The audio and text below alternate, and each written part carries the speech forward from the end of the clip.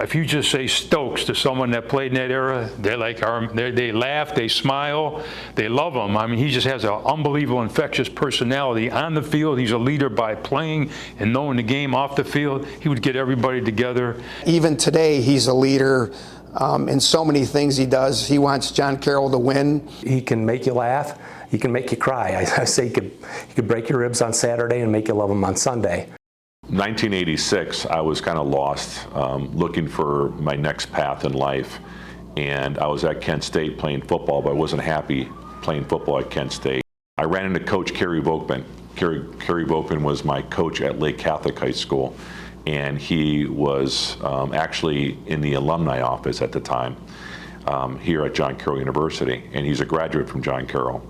So we were out, and I was at a restaurant, and he saw me. We started making some small talk, and he asked me, "What are you doing with yourself?" And I said, "Coach, I'm kind of lost right now. I don't know what direction to go in." And he said, "Why don't you give John Carroll another look? Why don't you come to the campus? I'll introduce you to the head football coach, who was Coach Frank Amato at the time, and let's just see where it goes." I came up to the school, I met Coach, and I loved him. I thought he was a very engaging, very intense, very passionate guy that really loved the game of football. And Coach Frank Amato was also a John Carroll graduate. So I decided to leave Kent State and enroll at John Carroll, which was the best decision of my life. You could tell right from the start, even though we didn't have a great season that year, how excited he made everybody on the team to get ready to play football. So it was obviously, for 4 years I played D-line. He played right behind me for 4 years. So it was a lot of fun, and we became really, really close throughout that process. We played ball to ball as our second game. It was at night, and Coach Jones, the defense coordinator at the time, decided to put me in. So really, at that BW game, I had a pretty decent game. We lost like 35-13, and then I started every game the rest of that season. So I was fortunate to play. I think I started about 7-8 games that year, and we didn't have a good season. We were 2-7. So I was obviously thrilled to be back on the football field and starting and playing again. And I was playing with guys that I truly enjoyed, and they became lifelong friends of mine. The word was that Coach DiCarlo was going to take over the program in 1987. I was fortunate to be elected captain that year with Mike McGarry from St. Joseph High School. And my first meeting with Coach DiCarlo was a meeting that I'll never forget.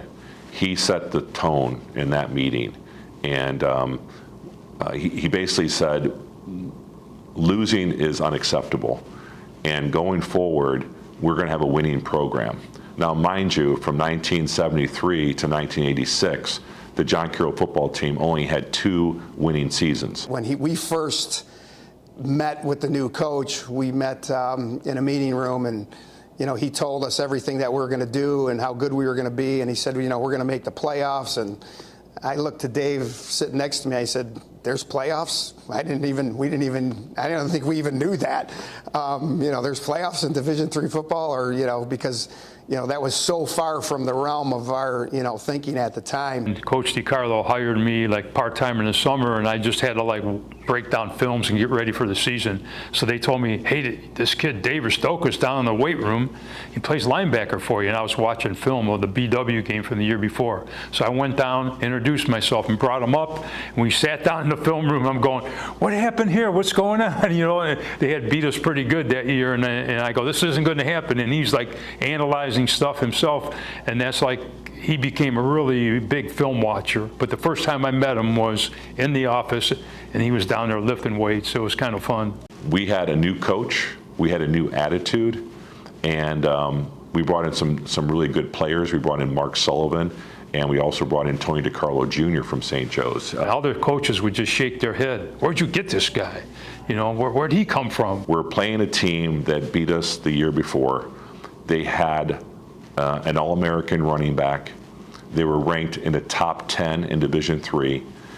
We played them at home at Wasmer Field, and it was a day and a game that I'll never forget. We believed that we could beat this powerhouse. It was basically David versus Goliath. And our defense held Baltimore's powerful offense. They were averaging 30 yards a game to 3 points. And we ended up winning that game 10-3. And I believe it was a turning point in John Carroll football program. The history of John Carroll football, that Baltimore's game was a turning point. It set the tone to what was to come. And that was going to be multiple years of winning seasons. All of a sudden, you know, the '89 team, and I think the first game of the year, we went over to Buffalo and played a team that I still to this day do not say was a Division III football team, but somehow we won that football game. And I think that catapulted us into an amazing season, being put in the OAC for the first time. I think that was really exciting because we were playing new teams, we were going to new venues, and there were so many different things that were different from playing in the PAC. And, you know, we were supposedly in the big leagues. I do remember going into that game as underdogs because Mount Union was just a great football program. They had many conference championships, OAC conference championships in the past. We dominated. I mean, it was like, I think like 33-7 or something like that to score.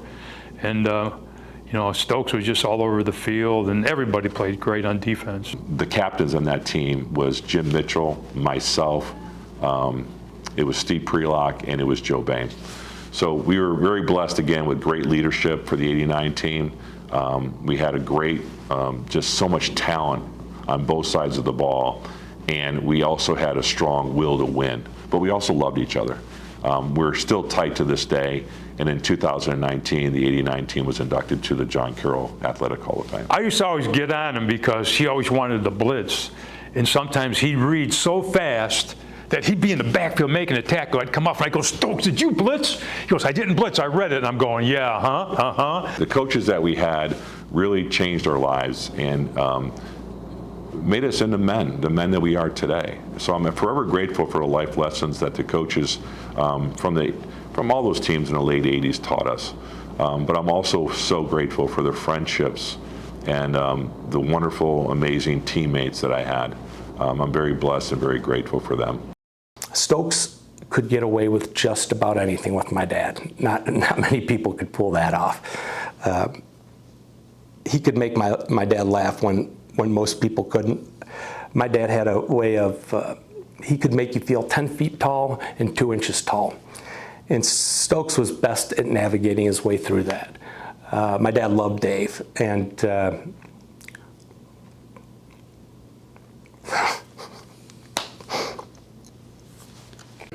was sick and passing. Dave came to see him.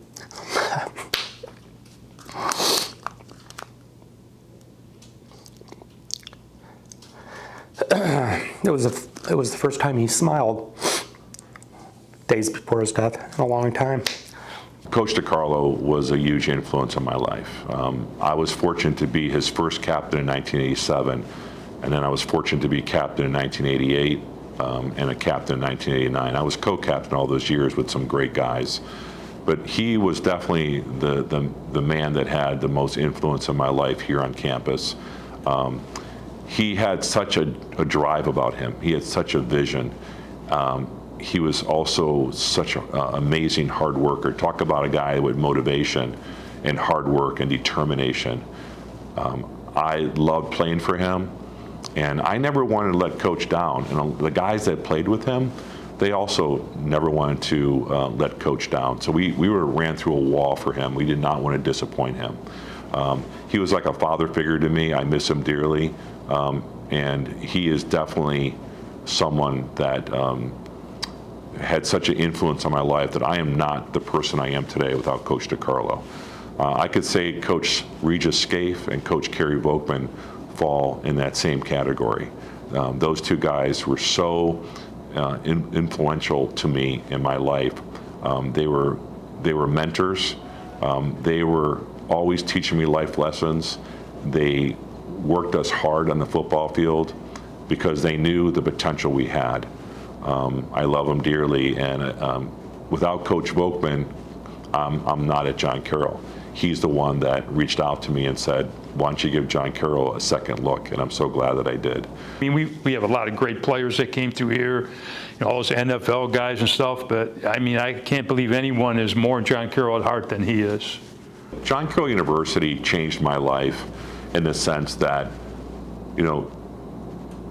the Jesuit philosophy for John Carroll is men and women serving others and using their gifts that God has given them to serve others.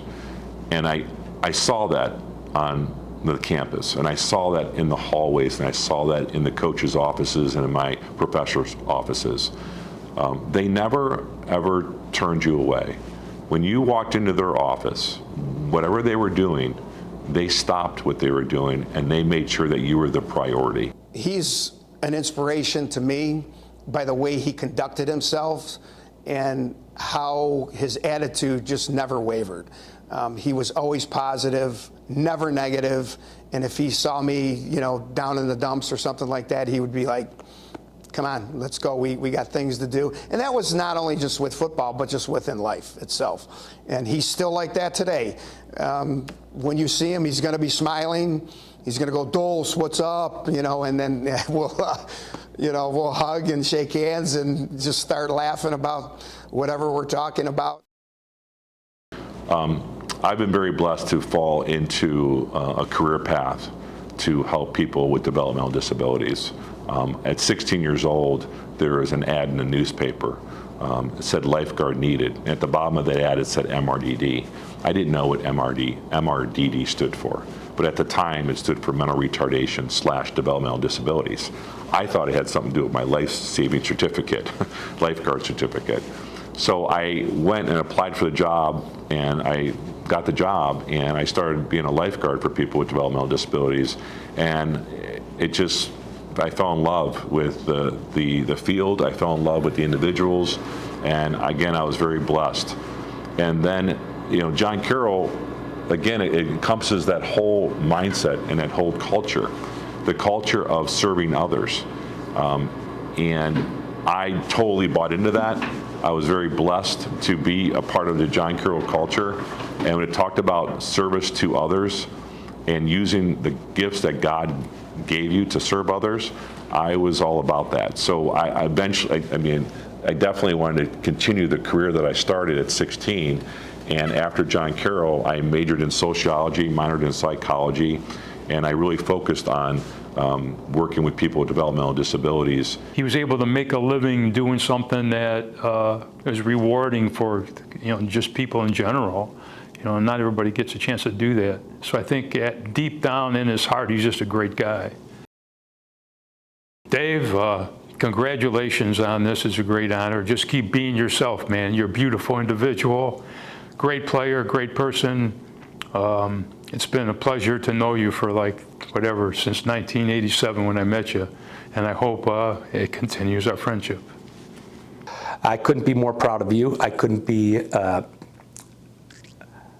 I consider myself incredibly lucky to have paths cross with you and to be able to consider you today, 37 years later, one of my best friends. And I'm so excited, as I said earlier, that John Carroll came to this conclusion, because Stokes, you are the right man for these honors, and God bless you. I love you.